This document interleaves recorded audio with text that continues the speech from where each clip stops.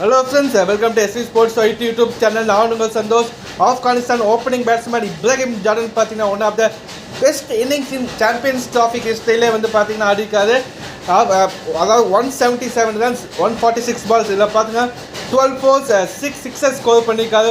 One of the best இன்னிங்ஸே சொல்வேன் இந்த champions ட்ராஃபியில் இது வரைக்கும். அதாவது பார்த்தீங்கன்னா அண்டர் ப்ரெஷர் 3 விக்கெட்டை இருந்து தவிர்த்த போது ஆப்கானிஸ்தான் இப்ராஹிம் ஜார்டன் ஃபஸ்ட்டு பொறுமையானாங்க. அதன் பிறகு வந்து பார்த்தீங்கன்னா வெளுத்து வாங்கிட்டாங்க கடைசியில்.